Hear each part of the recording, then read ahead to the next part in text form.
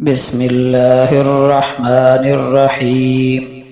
رسول اللہ صلی اللہ علیہ وسلم نے فرمایا، مجھے دوسرے انبیاء پر 6 چیزوں کے ذریعے سے فضیلت دی گئی ہے۔ مجھے جامع کلمات عطا کیے گئے ہیں، دشمنوں پر رعب و دبدبے کے ذریعے سے میری مدد کی گئی ہے، میرے لیے اموال غنیمت حلال کر دیے گئے ہیں، زمین میرے لیے پاک کرنے والی اور مسجد قرار دی گئی ہے، مجھے تمام مخلوق کی طرف رسول بنا کر بھیجا گیا ہے، اور میرے ذریعے سے نبوت کو مکمل کر کے انبیاء کا سلسلہ ختم کر دیا گیا۔ حضرت ابو طفیل کہتے ہیں کہ ہم نے علی ابن ابی طالب رضی اللہ عنہ سے عرض کیا کہ رسول اللہ صلی اللہ علیہ وسلم نے جو آپ کو راز کی باتیں بتائی ہیں وہ تو ہمیں بتائیے، تو آپ رضی اللہ عنہ نے فرمایا کہ نبی اکرم صلی اللہ علیہ وسلم نے لوگوں سے چھپا کر مجھے کوئی راز کی بات نہیں ارشاد فرمائی، لیکن میں نے آپ کو ارشاد فرماتے ہوئے سنا کہ اللہ تعالی نے اس شخص پر لعنت فرمائی ہے جو غیر اللہ کے نام پر ذبح کرے، اور اللہ تعالی نے لعنت فرمائی ہے اس شخص پر جو کسی بدعت کے ایجاد کرنے والے کو سہارا دے یعنی پشت پناہی کرے، اور اللہ تعالی نے لعنت فرمائی ہے اس شخص پر جو اپنے والدین کو برا بھلا کہے، اور اللہ تعالی نے اس شخص پر لعنت فرمائی جو زمین کی حد بندی کے نشانات کو مٹائے۔ ام المؤمنین سید عائشہ صدیقہ رضی اللہ عنہا سے روایت ہے کہ ایک دن رسول اللہ صلی اللہ علیہ وسلم گھر میں داخل ہوئے اور ایک روٹی کا ٹکڑا زمین پر پڑا دیکھا۔ آپ نے اس کے پاس جا کر اسے اٹھایا، صاف کیا اور پھر کھا لیا۔ پھر آپ نے فرمایا، اے عائشہ، اللہ کی نعمتوں کا صحیح استعمال کیا کرو، کیونکہ یہ کم ہی کسی گھر سے نکل کر واپس آتی ہیں۔ نماز فجر کے حیرت انگیز فضائل سنیے۔ رسول اللہ صلی اللہ علیہ وسلم نے فرمایا، جو شخص فجر کی نماز پڑھتا ہے وہ اللہ کی ذمہ داری میں آ جاتا ہے۔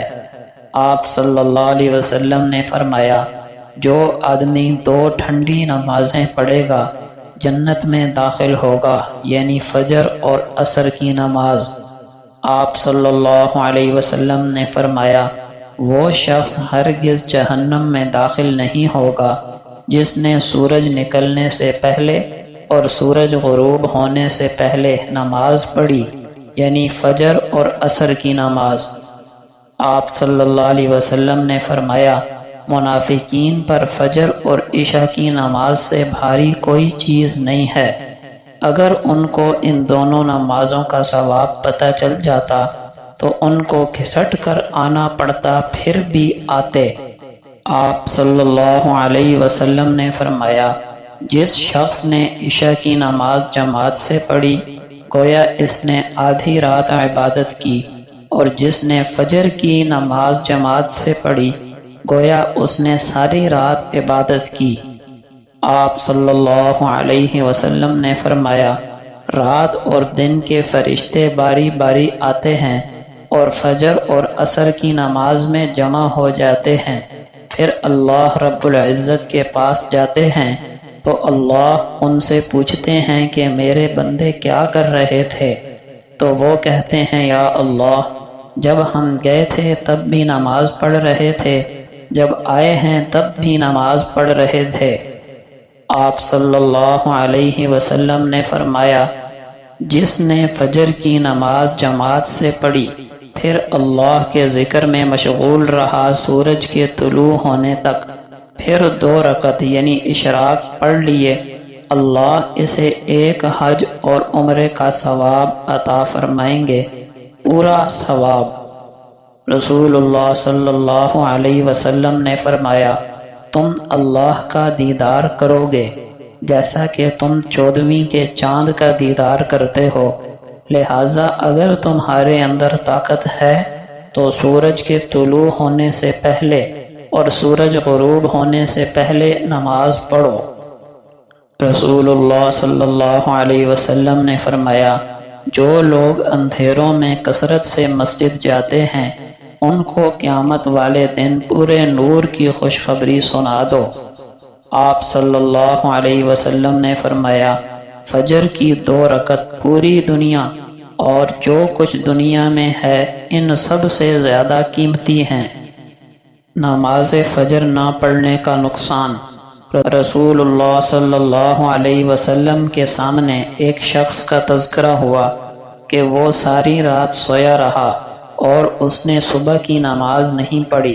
فرمایا، یہ وہ شخص ہے کہ شیطان نے اس کے کان میں پیشاب کر دیا۔ ہمیں تمام نمازوں کا خصوصی اہتمام کرنا چاہیے، بالخصوص فجر کی نماز میں، چونکہ دن کا آغاز ہوتا ہے تو انسان کے دن کا آغاز اللہ کے سامنے جھکنے سے ہونا چاہیے۔ انشاءاللہ سارا دن اللہ رب العزت اسے خوشیاں نصیب فرمائیں گے، اور اگر دن کا آغاز ہی اللہ کی نافرمانی سے کرے گا تو سارا دن اس پر نحوست برستی رہے گی۔ رسول اللہ صلی اللہ علیہ وسلم کا پاک ارشاد ہے، 2 خصلتیں کسی ایمان والے آدمی میں جمع نہیں ہو سکتی، ایک بخل، دوسرا بد اخلاقی۔ اے بنی آدم، تیرا کوئی مال نہیں سوائے اس کے جو تو نے کھا لیا یا پہن کر پرانا کر دیا یا کار خیر میں صرف کر کے جاری کر دیا۔ غیر کے لیے کوئی صدقہ نہیں جب قریبی رشتہ دار محتاج ہوں۔ وہ مسلمان جو لوگوں سے ملتا جلتا ہے اور ان سے اذیت پہنچنے پر صبر کرتا ہے، اس مسلمان سے اچھا ہے جو نہ لوگوں سے ملتا ہے نہ ان سے اذیت پہنچنے پر صبر کرتا ہے۔ ایک روز آپ صلی اللہ علیہ وسلم نے صدقے کا حکم دیا۔ ایک شخص نے عرض کیا، یا رسول اللہ، میرے پاس 1 دینار ہے۔ آپ نے فرمایا، اس کو اپنی جان پر صدقہ کر، یعنی اپنی جان پر خرچ کر۔ پھر کہا، میرے پاس ایک اور بھی ہے۔ فرمایا، اسے اپنی اولاد پر خرچ کر۔ پھر عرض کیا، میرے پاس ایک اور بھی ہے۔ فرمایا، اسے اپنی بیوی پر خرچ کر۔ عرض کیا، میرے پاس ایک اور بھی ہے۔ فرمایا، اپنے خادم پر صدقہ کر۔ پھر فرمایا، میرے پاس اور بھی ہے۔ فرمایا، جہاں مناسب سمجھے صرف کر۔